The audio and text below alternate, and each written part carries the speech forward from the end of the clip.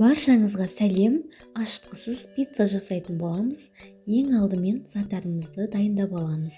Ең алдымен бізге 2 жұмыртқа қажет болады. Жарты стакан жылы сүт қажет болады. Жақсылап араластыруымыз керек. 1 чайный ложка тұз, 1 чайный ложка шекер қажет болады бізге. Соны ерігенше жақсылап араластырып, сосын кішкене сода қосып жібереміз. Ұнды жаймен осылай қосып, вилкамен жақсылап араластыратын боламыз алдымен.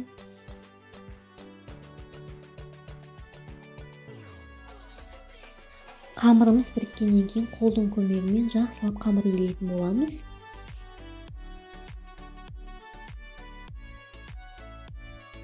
Дайын болған қамырымызды екіге бөліп, жақсылап дөңгелектеп, бетін пищевой пленкамен жауып қоятын боламыз.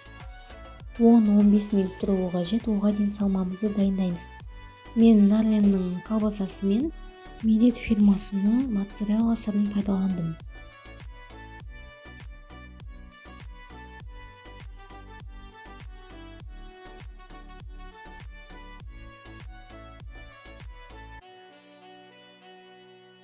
Қамырымызды жақсылап жұқа етіп жайып аламыз алдымен.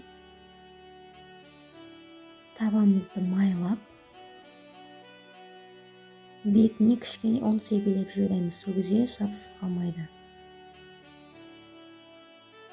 Кетчуп майонезімізді жақсылап араластырып, біркелкі етіп жағып шығатын боламыз.